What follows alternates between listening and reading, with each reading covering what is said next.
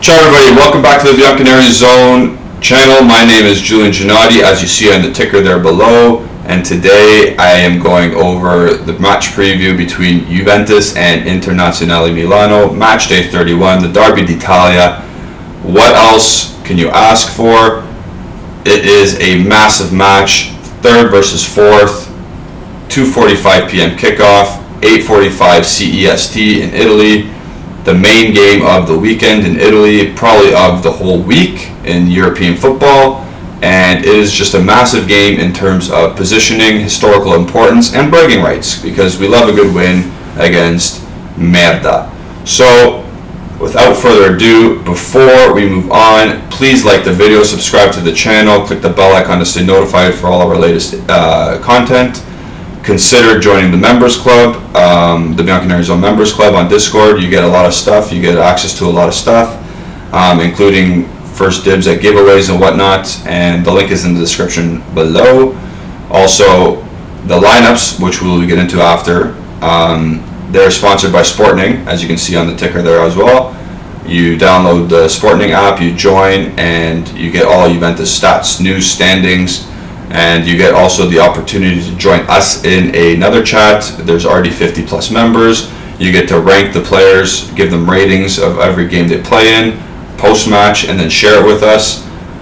You also have the opportunity to create your own lineups and share them with us. And you also have the opportunity to just chat amongst other Juventini.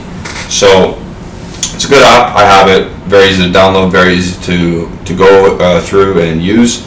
So consider doing that as well as joining the members group. So without further ado, I am going to read Inter's lineup. And Inter's lineup is exactly as you would think it is. It's a 3-5-2 with one change, as Stefan de Vrij is not available from kickoff, and in his place is Danilo D'Ambrosio. So in that, you got Samir Handanovic across the back three in a 3-5-2. It's Bastoni, it's Skriniar in the middle, and it's D'Ambrosio on the right-hand side of defense. Across the midfield five is Perisic at left wing back, Çalhanoğlu as one of the midfielders, Brozovic as the register holding midfielder, and Barella as the more advanced midfielder. Dumfries as a right wing back, Denzel Dumfries. And up top, you have the target man Edin Dzeko, and the man who's going to make runs in behind and play off of Dzeko. It's Lautaro Martinez, the very good Argentinian diver. So that's their lineup. And that's based on various reports and sources. So considering all of those names, it's standard for Inter 3-5-2, just a one change with De Vrij and D'Ambrosio. How is Juventus going to line up? You would think, with Max Allegri being the mastermind defensive coach that he is, and seeing as how we played Inter in the past with Dejan Kulusevski man marking Marcelo Brozovic, you would think that Juventus would take the same approach. But after two negative results using that method, Max Allegri's gone cuckoo for himself, and he's played a very attacking 11.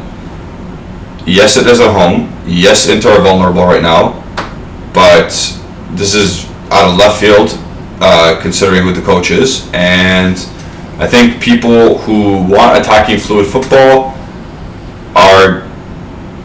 they'll enjoy the 11. They'll enjoy, I don't know how they'll play together, per se, because we haven't really seen this iteration of Juventus, of this attacking outlook. But I think people will be happy to see that from the start. Again, we won't know with confirmations until 1 hour before kickoff, when Romeo Agresti hits tweet with all the players that are starting and their national flags. So this is based on sources and other various sources. Oops, clicked the wrong button. As you can see on the right hand side of your screen, you have Szczęsny in net, Alexandro and Danilo as the fullbacks, Chiellini, De Ligt at center backs, Morata left wing, Cuadrado right wing, Zakaria and Locatelli in a double pivot, Dybala right under Vlahovic, And like I said, very, very attack-minded, very mouth-watering for attack-minded Juventus fans. I like this. This tells me that they're going to go for it from minute 1, if this is the actual 11.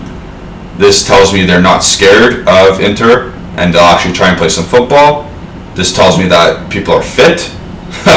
This tells me that Juventus are gunning for Champions League security. Because if you win tomorrow, you do hop over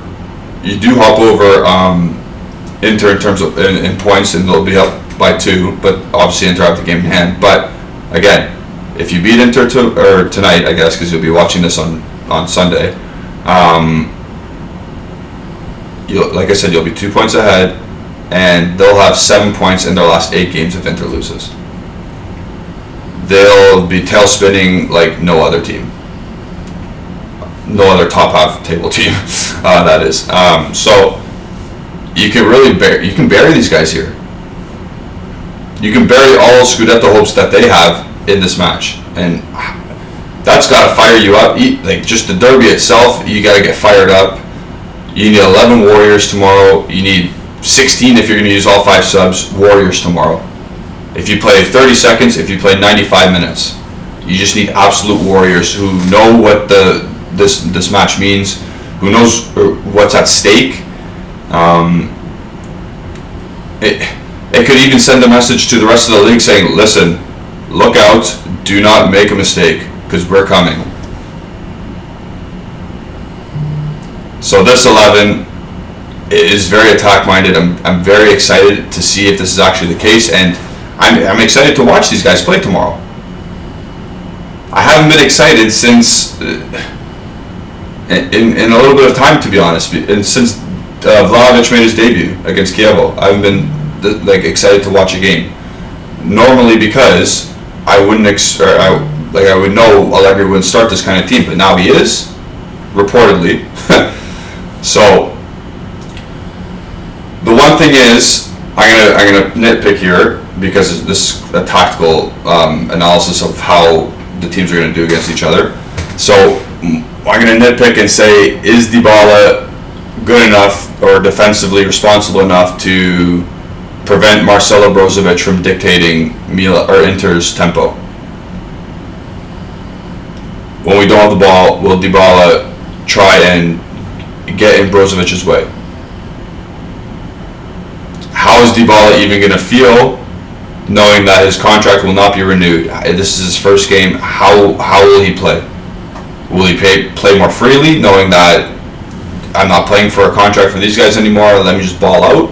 Or will he be like, oh poop, why am I even here? From what we've seen in training photos, he's been laughing, he's been having a good time at training, so we'll see. We'll see how he really feels on the pitch. I think for legacy status, if he has a very good game here, he can cement himself in the good books forever for Juventus fans. Obviously, he has his doubters, but we'll see. It's a derby. It's his last derby. Hopefully, he gives everything he has and cements his legacy. Morata is becoming Mandzukic 2.0. As you can see, as you've seen the past couple months, it's nice to see Zakaria back in the fold. Alexandro, who cares? I think he might struggle against Denzel Dumfries, to be honest. Chiellini and De Ligt, it's nice to have them back. Nice of them to be fully fit together. Vlahovic obviously is a monster. He recovered from his injury already. Cuadrado, a very clutch player. I can see him having his say in the derby again, and Danilo studies like. What I am curious to see is how Locatelli's had a 2-week break. He needs to be refreshed. He should be refreshed. He should be, these last 9-10 games, including the Coppa Italia, he needs to be very good and very reliable and useful. He can't be quintessential guy playing every game. He needs to be playing every game and having an impact in every game. There's a reason why he was highly sought after. There's a reason why people hold him in high regard. He needs to start showing that. People were blaming his fitness in the middle of the season before he got poisoned. So now he needs to step up his game last 10 games of the season.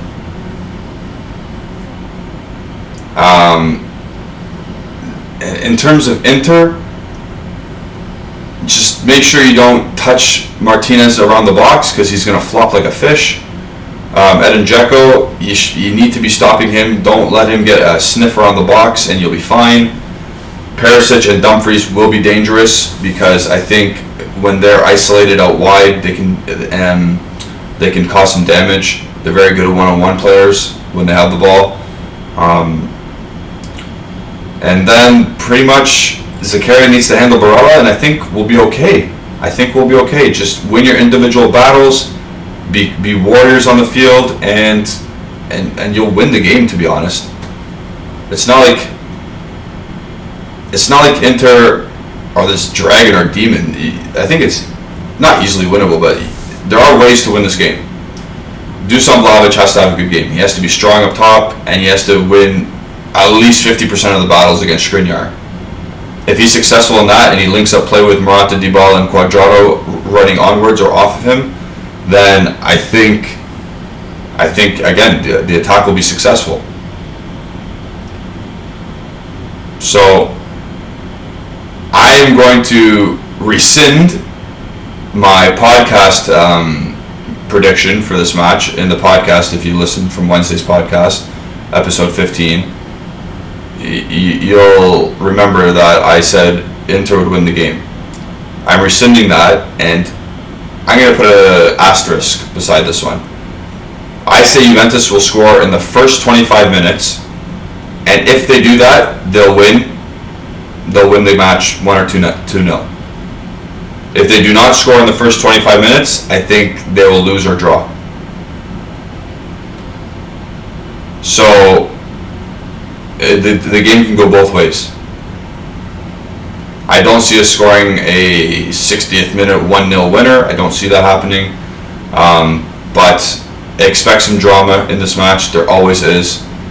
Whether it's penalty kick for Inter, penalty kick for Juventus, doesn't matter. Or red cards, phantom red cards for Bentancur. That can't happen anymore, at least. But it's always a good match. It's always fun. It should be a better spectacle to the neutral compared to the first match they played against each other. So I'm looking forward to it. Let me know what you guys think in the comments below. Again, like the video, subscribe to the channel if you haven't already. Click the bell icon to stay notified. These guys gotta be warriors. I expect that to happen tonight. Game's at 2:45 Eastern Standard Time, 8:45 CEST, at home, in front of the fans, full capacity. Get the job done, Juventus, and you cement Champions League football for next year, and you hop over these guys, and you put everyone else in Serie A on alert. Forza Juve. Ciao for now. We'll see you next time. Forza Bianconeri.